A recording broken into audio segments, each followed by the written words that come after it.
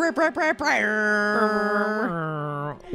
an episode. Welcome back, internet users, to Segawow's review of Foundation.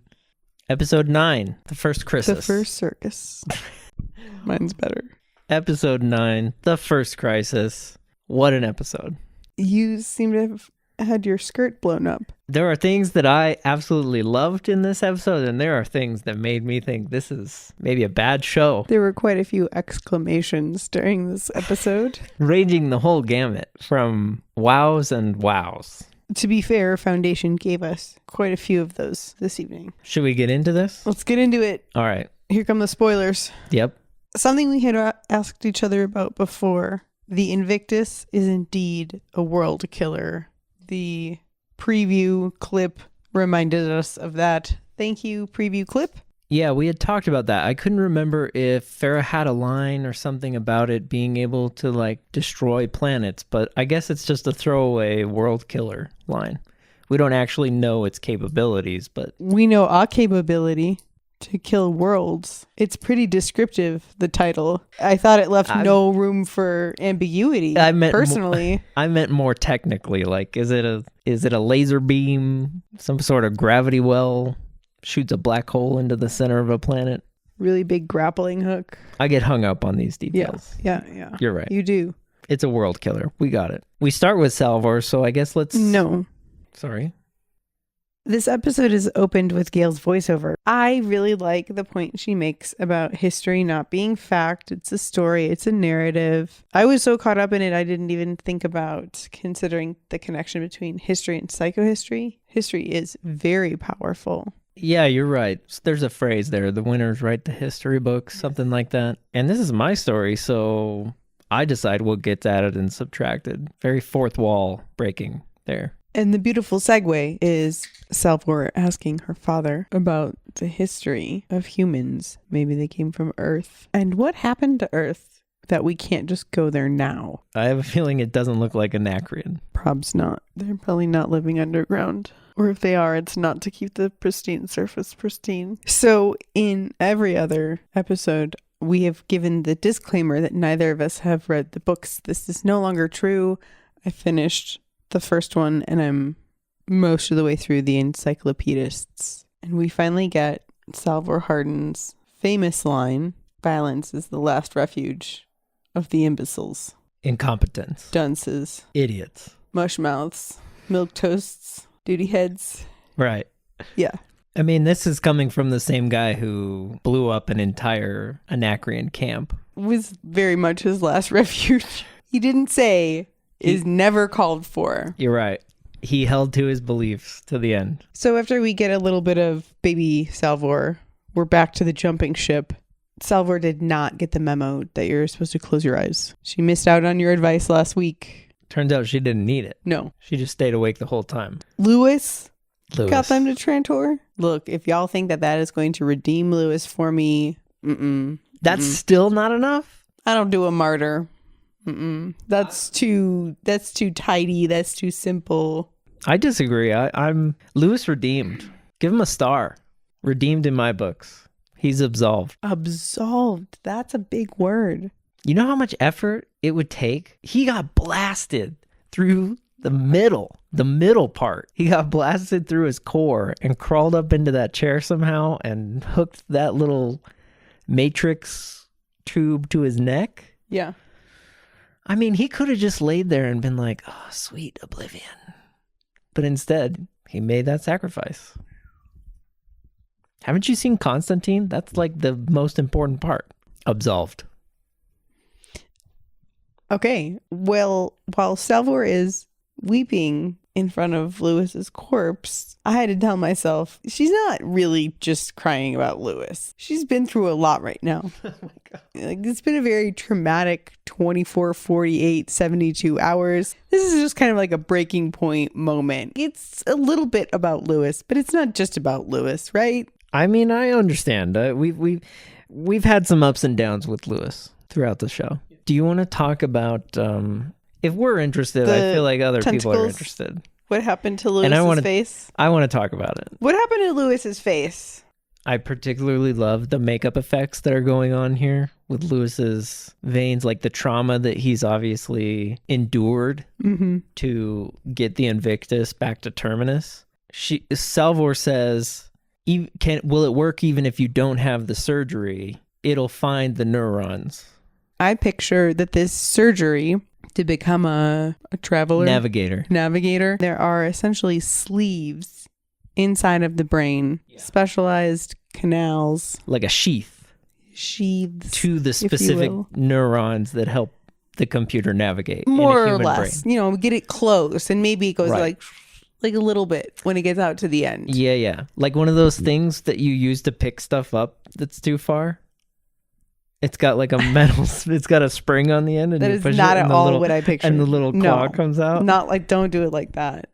I was picturing more like a taproot, and then like little roots grow out of the taproot. And maybe those like little new roots can just like get ripped out and left behind. The damage done to Lewis's face is actually the male end of that port trying to find the neurons. But his skull is not accessible, so... Bounced right off. It bounced off and went through his cheek. But the electrical impulses were still, They got enough access to the meatus. It's like making a wish or flipping a coin 1,000 times. It doesn't really matter where they're plugged in. It's all about luck. Which I think leads us gracefully to Hugo. Salvor is looking out at the ships that got sucked up in her wake. And she sees her boyfriend's car out there. Apparently everybody just jumps around in space these days. This is one of those moments in this show where I was like, wait. Is this a stupid show? I think this is a bad show. A hope and a prayer? You jump out of your ship? It's like it's like the Martian gets away with it. And everybody's like, you could just accept that. So Salvor is on the Beggar. There are no active comms whatsoever on Terminus. And an incoming debris becomes increasingly dangerous. I think the moment the computer said debris, Dustin goes, "It's Hugo." And continued to repeat, "It's Hugo. It's Hugo," the entire time. I told you. Until Hugo yells, "Babe! Don't shoot me, babe." At one point I was like, "Shoot him, it's Hugo." Salvor asked Hugo how he survived. Luck mostly. And he like elbows the jukebox and they slow dance. Yeah. He survived by knocking himself out with a sleep stick. A sleep stick. I told you just close your eyes. Little pow pow. You close your eyes. Yeah, he's got the sleep stick in his hand, looking at everybody. Guys, everybody do this. Oh, you don't think it's a thing you ingest? A sleep stick? It's like death sticks? You think he just hit himself over the head? Yeah, I think the sleep stick is a baton. Yeah, it's like a billy club thing. Yeah.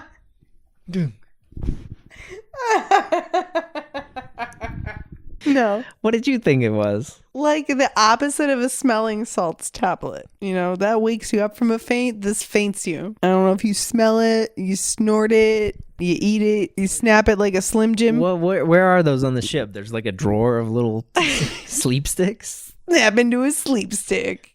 We also get to see Hugo the Doubter in this scene.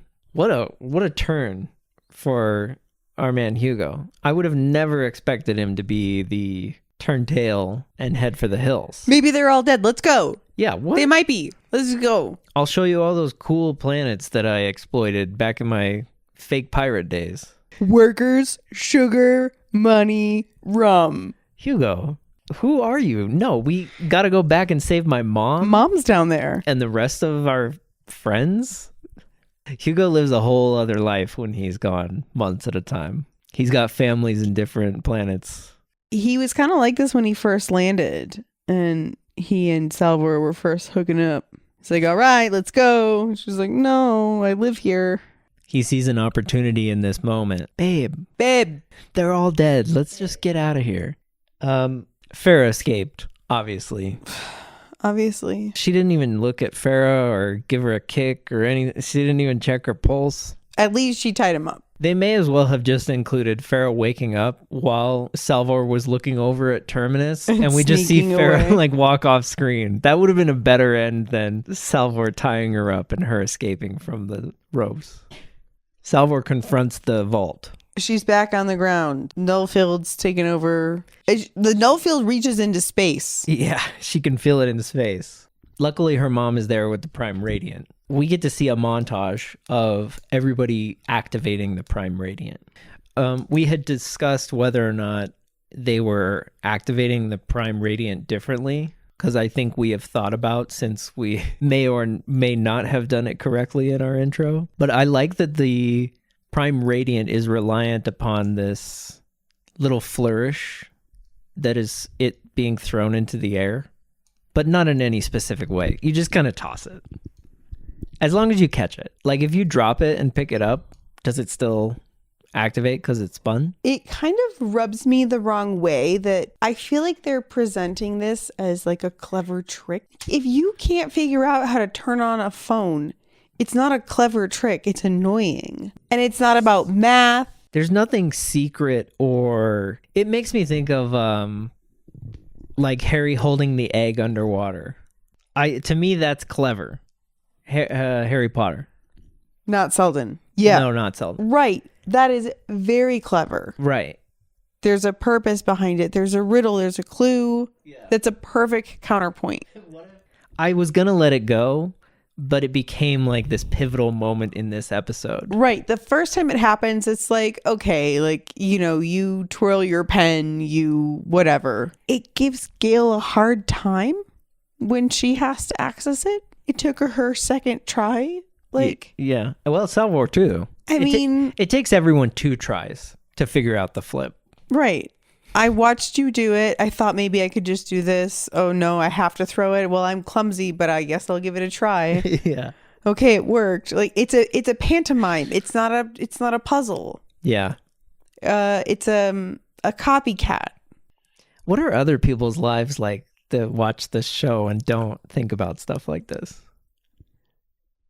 Meanwhile, your boy Cleon is back at it, up to his antics with Azura. Plotting, scheming. She's definitely got some dark world connections. It was subtle. I suspected it. Now it's like, oh, have you plotted a diamond heist before? I was getting such Gattaca vibes from this whole plotting to the escaping scene, down to like the scanners and needing the dampers for the... Yeah. If you haven't seen Gattaca, check that out. So good. Very good. Eugenics, bioengineering. And then Cleon is chatting with Dusk. And Dusk says, as you know, every Dusk is a painter.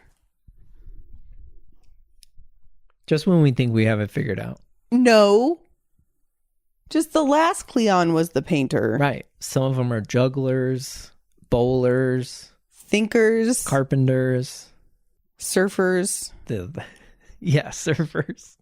Yeah, so every Dusk becomes the painter. What a way to undercut like the storytelling you've already done. This is another moment where I was undercut. That's a good word for it. I think this might be a bad show. I think maybe a whole different team of writers came in this day because they seem to have forgotten something. Never mind. Dusk is always the painter. Okay. Because this Dusk has pulled off a mind-blowing trick. Chromatic illumination. And this scene was quite cleverly shot in that when we see the mural before the big reveal, we only see a small section of it. You just see some red raptors. You see just the one. But you don't get the full scope of what's going on here. They intentionally don't give the full reveal until 14 himself gets the full reveal. So even if you know in your brain the visual. Dusk clearly planned all of this with the help of Obrecht, who went back and retrieved the rest of the raptors that Dawn had shot. Is it 6 raptors? 5 raptors? 6. So we see the 6 raptors through Dawn's eyes. We get to see him use the Emperor's aura and blast Obrecht into the pillar. A lot going on with that aura cuff. Blammo. It's got blammo powers, which will lead us into this next scene after he's running and escaping.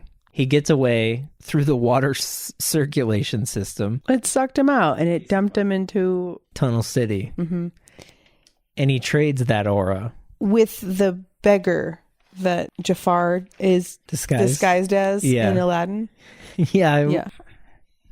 He probably even has a cane like that. I was so suspicious of Azura from the beginning. I kept expecting her to be down every hallway that Dawn would run into. And then she was. She was, and not even in the place that I expected it. So did she just run past him and he didn't even say anything? After this, when he gets to her apartment, after all of this was when I was like, I think this is a good show. Maybe I'm wrong. Maybe this is a good show. This is a great twist. What twist? When we get to meet Clone Dawn. I'm a little disappointed it's not going to continue for even a single episode. There's something painfully delicious about hearing, this is 3 decades of planning in the making. Like, we finally made it happen. Not that I wanted to see this plan fail, but so often a narrative is about a plan succeeding. And to have even a nod to, not every rebel group is going to slip past the defenses, and they got pretty darn close. They did. I see what you're saying, but it's almost a bummer because it's like, look at the twist the show could have taken. Look at the writing you could have seen moving forward. I would have loved to see a subversive Dawn in the castle. And we were kind of getting hints that 14 would be our subversive Dawn, subversive day. Like, yeah, I mean, how long does that con play? Is it I'm going to subvert as Dawn, or I'm going to move into Day's position and do some real subversion? I imagine the amount of planning that they had put in, it's got a real long game implications. Definitely. You fly under the radar until your day. Yeah. Maybe even like a year or two, like really sink your teeth in. Right. See, this speaks again to like the way the original story would move so generationally. Mm-hmm. That would have worked very well for this. And they just nip it in the bud. Dusk blows in through the side door, and all of his troops descend from the balconies. And so be sure to check out the Stego Wow fanfic of if Bizarro Dawn was allowed to live. The idea that they changed him so he'd have a reason to run away. Speaking of undercutting writing, what a way to undercut our theories about this show. It turns out it's not the genetic dynasty decaying at all. It was intentional. Yep, it was not biological. Yeah. When we first saw another clone Dawn, I told you, he's not the first one. They've woken up other Dawns, and they all escaped to the Scar. Yes. I thought there was going to be a group hovel of Dawns all like taking care of each other. They all seem to escape around 13, 14. Yeah. No, it's just a diabolical plan. Or maybe, judgments aside, it's a plan. Fanfic episode number 4. Yeah. 20 Dawns. Dawn will come again. When Dusk busts in with all the spies and forces, and Dawn is like, thank you for rescuing me. Yeah. I'm a victim. Oh. We're all victims. Didn't work for a single nanosecond. And it's like he forgot who he was talking to. Him fucking self. Yeah. But in all fairness, that is probably how anyone would react. Oh, definitely. He doesn't understand that he's gonna lose no matter the outcome of this situation. A human instinct. Lie. Yeah. Fake it. Pretend. Dusk delivers this devastating line about never presume to understand what I want. Mm-hmm. I am using that. We're making shirts. Yeah. That is the most fierce queen energy. At the beginning, when we see young Salvor, she and her father are going back and forth about logic versus emotion. And then she brings that back when the Anacreons and Thespins and Termini are all pointing guns at each other. And in this final scene with 14, he brings it in. Dusk is trying to use logic to say, you are a freak and you must be destroyed. And Dawn asks him to use empathy, which is connected to both logic and emotion. Sure.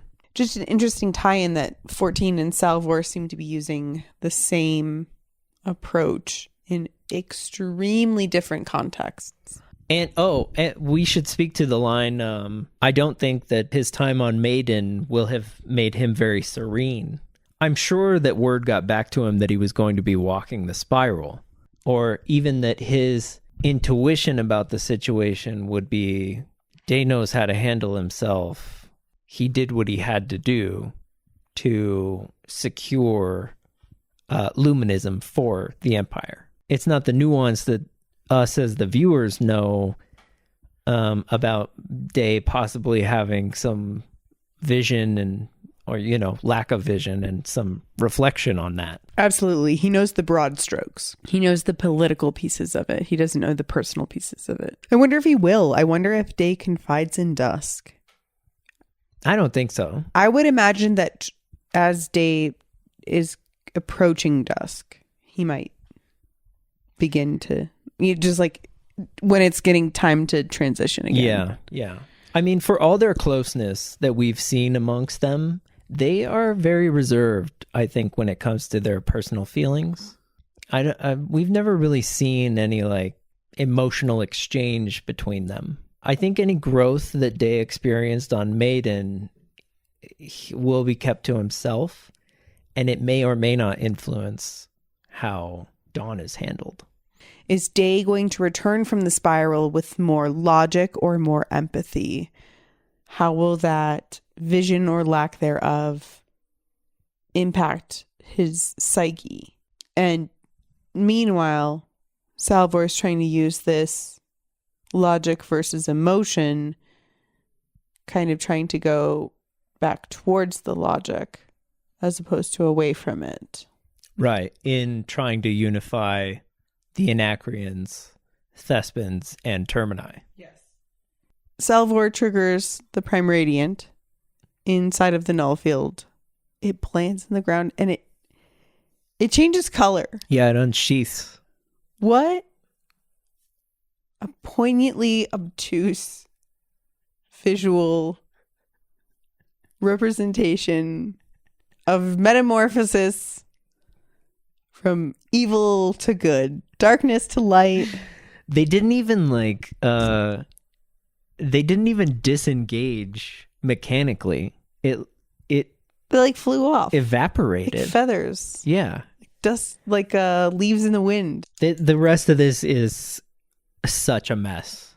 So the Salvor's heading to the door. The Anacreons show up now with all the townspeople who have passed out near the vault.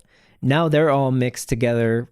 Anacreons, Termini, and we get 2 Thespin ships that haul in to the surface, drop off about a dozen people along with Hugo. 2 dozen. Okay, sorry, 2 dozen and Hugo. And my man Thespin Ruler puts up his ship guns at all the Termini, as well as the Anacreons. Yeah, they're all jumbled. It's a jambalaya up in there. If those ships shoot, everybody's going down. There's no pinpoint accuracy here. He's got little hand pointers. My first thought, if I was in the crowd, it would be to run towards the Thespins. That's get behind him, get next to him. That's a good idea. Just, crowd up on the guy with the little plastic fins on his hand. Anywhere within 7 feet of them. The weird Battlestar Galactica graphics we've got for these ships. Very BSG. You couldn't let that render for bake it for another hour. Get some more textures on there. That's not how rendering works. It's not about the technology. It's not about that. It's not about the technology. By the way, Battlestar Galactica is great. We would never rip on that. Oh, I would definitely rip on it, but it's amazing. Yeah, it's like 13 seasons, and all I remember is Fat Adama just standing at the... Oh, you're the worst. All right, we got to get through the rest of this. So Phara flies in.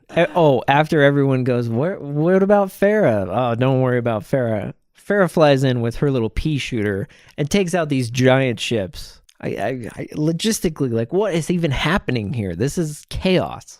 I think it's very interesting that all the ships on this show seem to, maybe they have like a weird system where they distribute fuel evenly throughout the entire, like on the surface, like right beneath the hull is just fuel lines. It's not fuel lines, it's a fuel membrane. Thank you. That's the word I was looking for. Maybe even like a pneumatic membrane. To get air in there for the air fuel mixture. Because every time an impact occurs, it's like the Hindenburg. Yes. Every time. Thank you. Thank you. These things are running on hydrogen. It's dangerous out there. So Phara lands. Yeah, she's just like permanently space madness. Yeah, I think she's a little worse for the wear. But I think she was pretty much already to this point before the space madness. Salvor throwing out the nugget about space psychosis was weird. And then she starts blasting the vault. She's fueled by nothing but revenge. She would kill 1,000,000,000, billion, trillion everythings. She is revenge. Like, she is just the embodiment of revenge, and that's all there is to it. She meets her end with her own bow. Some poetry there for the Grand Huntress, I would say. I feel it was a little cheap in like the decisions that led her there, but so Salvor is trying to convince Phara that for the bow, we all need to band together. We can use Invictus to our advantage. This is our time. Rowan is into it. Rowan's listening. You know, I think they foreshadowed that with the conversation that her and Rowan had on Invictus. But oh, yeah. I don't know if it was enough. Like, Rowan's hard on her side. For what? What does Rowan have in this? I do wonder. Rowan doesn't seem to have nearly the level of revenge drive that Phara has. And if nothing else, Rowan was quite intrigued when Salvor read him like an open book. Oh, yeah. Okay. Maybe that did it. You're right. And Harry steps out of the vault and agrees. And he's like, let's do this, laundry crew. That shit-eating grin on his face is so incongruous with the rest of the scene. Harry really needs to learn to read the room. Bro, someone just got bow and arrowed here. We are not joyously celebrating the possible success of Foundation right now. It's a little different vibe. Not to mention there might have been people on those Anacreon ships. Oh, there definitely were. Yeah. No, the Thespin ships? Sorry, Thespin ships, yeah. Harry just steps out so excited. Oh, I love that. Hey, y'all! I want that constant vibe. That's what I want my life to be. Clueless? Yeah. Self-centered? Oh, like so... narcissistic, solipsistic? Yeah, the so self-centeredness, like to just constantly be riding your own high. Harry's living his best life, even afterlife. His best afterlife. I would not stick around for that. I tell you what. Yeah. Do you think, so is Harry built into this vault, or is he communicating from Foundation 2? Has Harry been in that vault since before the crew landed? Right. Is this a pre-recorded message? Is this a live communique from his ship? Did he get to Helicon? Is he at Foundation 2? Is there Foundation 2 right now? How does this timeline compare to the timeline with Gale? I think the simplest explanation is that Foundation 2 is up and running and it's communicating with that vault. Because in the timeline of things, Gale is well before... No. Well, she does wake up. So she wakes up 32 years later which would have been basically Salvor's time. Them landing on Terminus, establishing a colony, knowing the vault's there. Yeah, I mean, there's so many things baked into this. Like, Harry would have to know that they would wake up the vault later once they figured out how to use the Prime Radiant, and the time it would take them to get there, and the time, and he would be gone already. Like, the presumptions here are insane. Unless there's some way that we know that the vault was there before they established a colony on Terminus. And Harry had his plan before, while Terminus was on its way. So I guess maybe they could have had an uplink established that would put his consciousness into the vault and into the ship or the knife. So he could have doubled himself. That's a possibility. But I think the simpler explanation is that Helicon is talking to the vault. But then if the vault opens and Harry's not there, what happens? I have a book tie-in / explanation that I'm choosing not to share because... What? It could be a spoiler for the next episode. Okay. So if I know that Harry Seldon has a twin, I'm not going to reveal it right now. So he's got a twin. You can't say that. I just said don't say that. Once the season is over, get ready for me to download about the things that I notice, crossover or don't. One left. If it's half as good and bad as this one, I'm down. You've had more critical words to say about this episode, mostly with that look on your face. Yeah. I enjoy it. This is what I love about this genre. This almost felt like a finale. There's a lot of we've got the uniting, we've got the ambiguity of Dawn's outcome here. It's almost like you read my mind, because I was going to say I'm expecting a classic cliffhanger episode or season ending. The weird thing is we know that the story of Foundation as it is written is across a much larger time scale than what we're experiencing the show in. So the interesting thing is they could definitely end this in a cliffhanger or in a way that is like, get ready for your next cast of characters and some of the old. And I'm not far enough in the writings to know what the next time frame jump would be. Well, I guess that's it for episode 9. Anything else you want to add? I await episode 10 with both excitement and trepidation. You await it? Yes. Okay. All right. Well, we await you to join us on episode 10. Please join us. If you like this review, maybe leave us a like and a subscribe, and we'll see you next week. Ta-ta. Thanks.